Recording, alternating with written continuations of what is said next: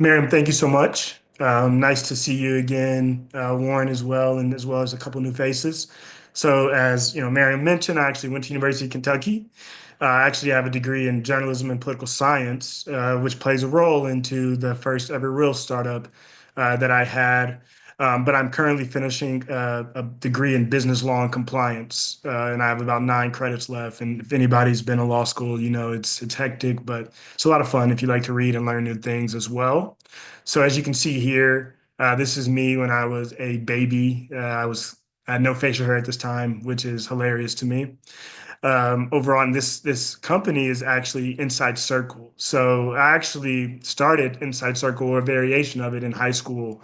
It was a YouTube channel. I had a tough realization that I wasn't going to the NBA, but I still wanted to be involved in sports in some sort. So I figured, I'd be a journalist. Clark Kellogg, who's actually an NBA announcer, came to my high school and spoke to our basketball team about other ways that you can be involved in sports outside of being a professional athlete. And that really stuck with me. I started my YouTube channel with a couple of buddies of mine, one who actually is at ESPN right now and as a producer. So we both fell in love with journalism and we would just talk sports. That was how I was going to set myself apart from other candidates getting into school as well as begin my career, at ESPN. I thought that I was going to grow up and become Stuart Scott or Stephen A. Smith. Um, but actually, when I got to college, I realized that journalism was more than just talking in front of a camera about sports. And I found that I did not have the passion for it.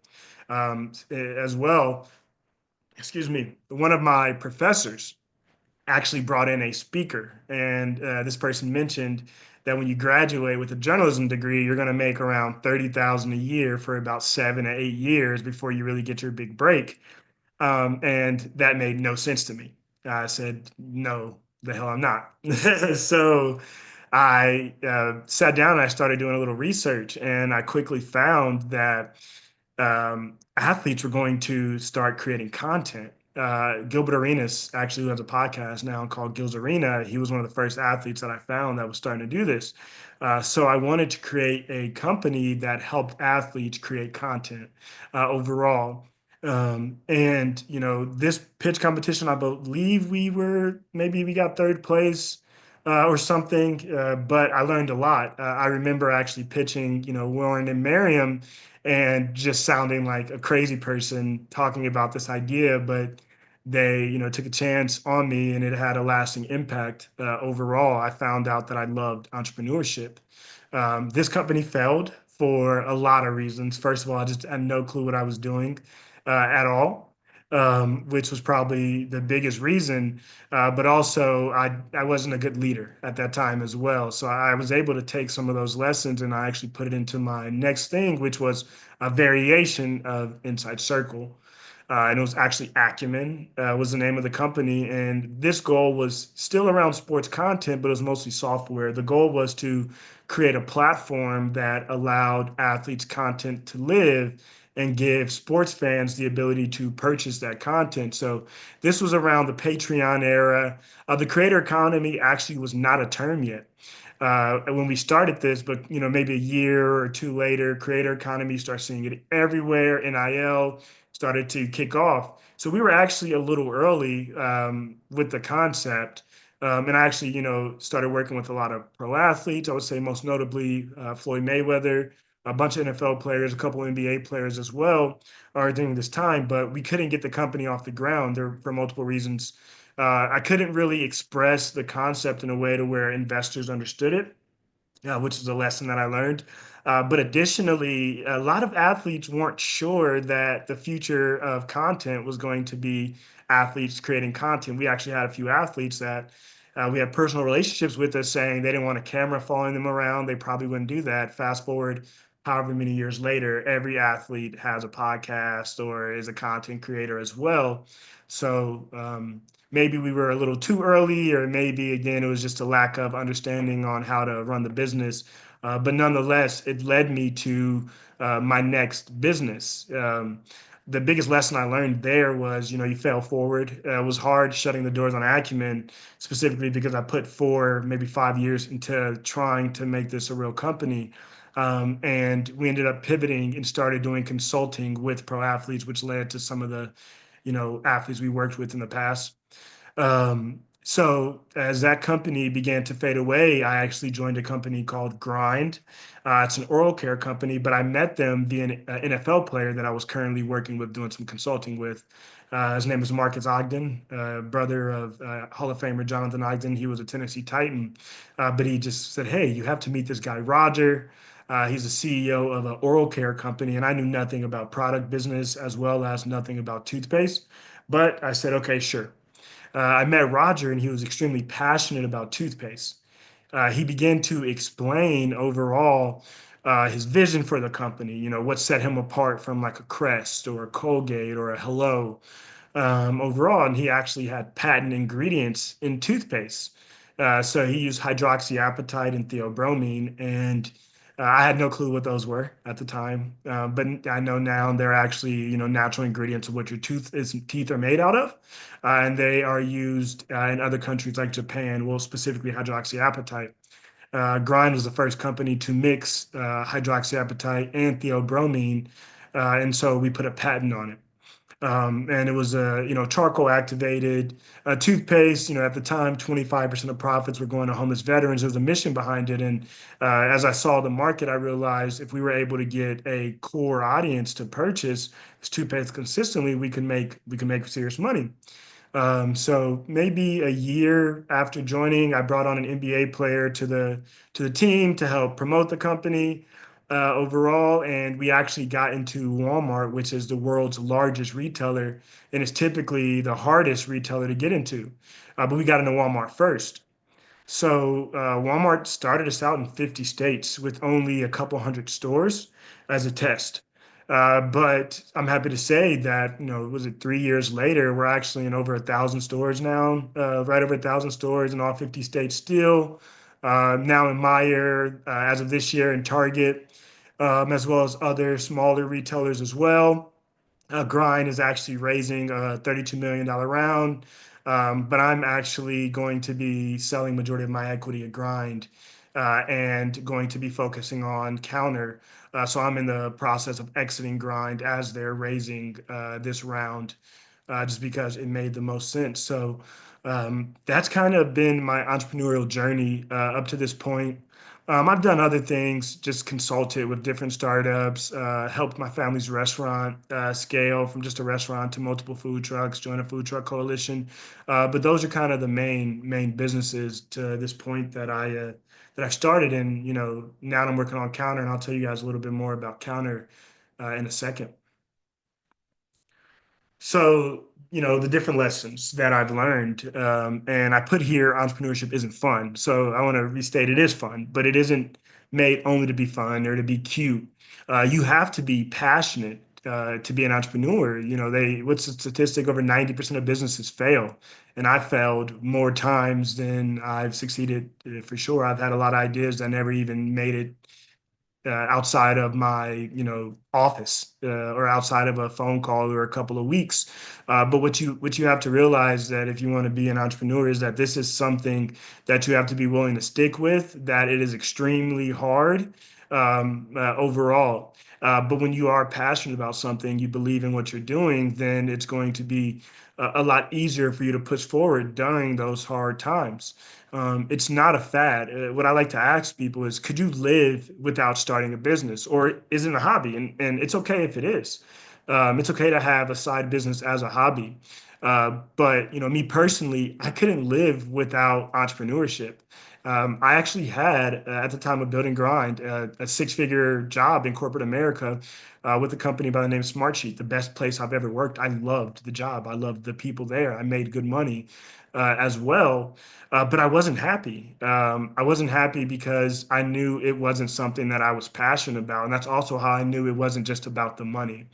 For me, it was more about being able to start something and have an impact in that way. And that I wouldn't want to work my 9 to 5. So I actually left Smartsheet on a cuff. I had at the time, my son was 3, his birthday was coming up, he was turning 4, and I left Smartsheet. Didn't really have a plan. I was in the weeds of counter at the time. Grind was starting to take off, which gave me a little comfortability overall. But I didn't really have a plan. I just said, you know what? You know that this is a problem. You have to jump in. So I took that risk. I joke with some of my friends. I probably have a higher risk tolerance than most people, but that's something that you also have to have in order to, be an entrepreneur. And then also, you can't take stuff personal, and I'll probably talk about that in a second. But the first thing I like to say is, you have to know yourself, and you probably heard before, know your why.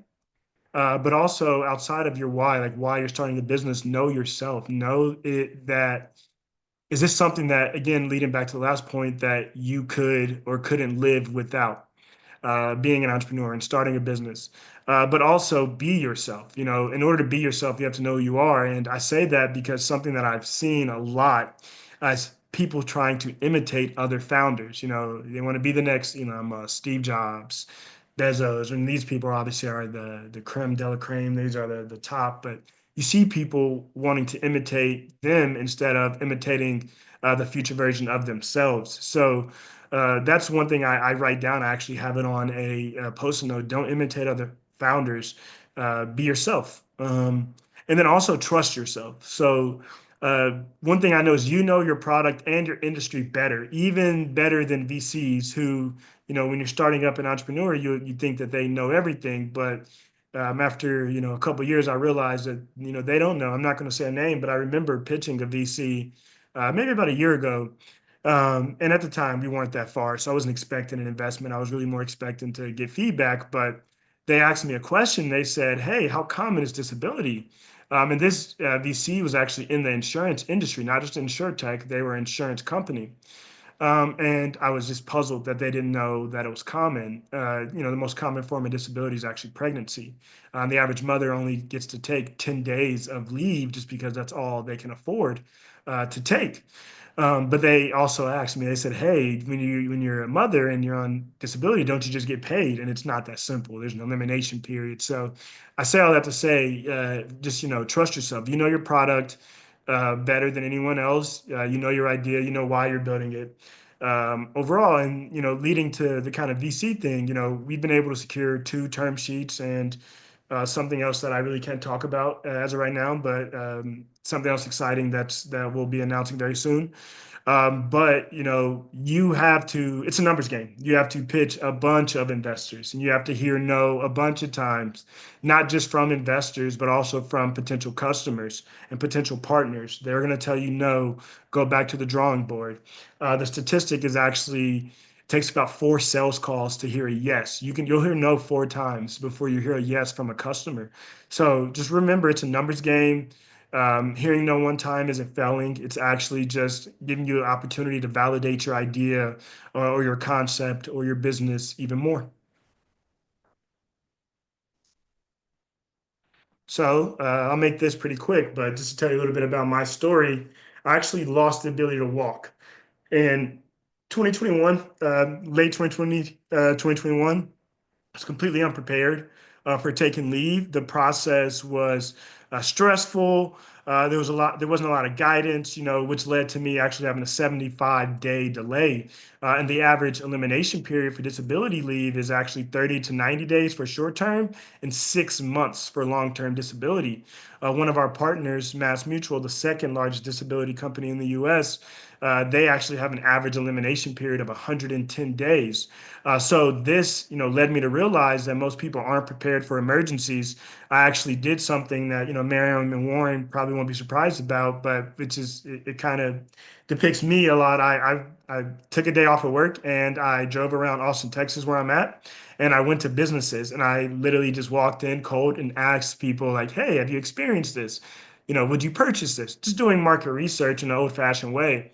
And I remember I had multiple people obviously kick me out the door, but multiple people say, "Hey, my manager doesn't want to talk to you, but am I able to sign up for this right now?"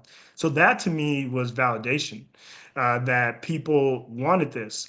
I continued to do a little market research and I went on Facebook groups. And I joined every Facebook group you could think of that spoke about disability. I got to ask a lot of questions until they kicked me out. I went to the Social Security Disability Office and got kicked out of the Social Security Disability Office, as well as they threatened to send me to jail for soliciting, just to do a little market research. And then again, just to find out that this is something that people need overall. And that's actually what led to Counter. So just to tell you a little bit more about Counter itself. Counter is a company that has two parts. Our software has two different parts: an algorithm that actually predicts your disability approval and helps you get paid within a week rather than getting paid in 30 to 90 days or half of a year overall. And then we also have a second part, which is a community pot. So we go to businesses, we help them define emergencies, we work with businesses, and then we create a shared community pot so that their employees can borrow from it. And the reason we took this approach was because, according to the U.S. Surgeon General, businesses are losing about 500 billion annually due to lost productivity because of inconsistent pay and/or people worried about their financial well-being overall. And then, according to Bank of America, businesses were looking over the next 4 years to onboard financial wellness programs to improve employee retention, help employees stay financially prepared. So we saw a way to where we can solve the problem that I experienced as well as help others. Just to tell you a little bit about the team as well. My CTO comes from the semiconductor industry. His company actually builds a software that is inside of the NVIDIA chips. Overall, he's won multiple design competitions overall, but he had a similar experience with his mom who actually passed from cancer, and he was waiting for disability leave. So, well, his family was for her. And so we came together and we created Counter, and we've been able to see some pretty solid traction, as well as get a couple of term sheets signed.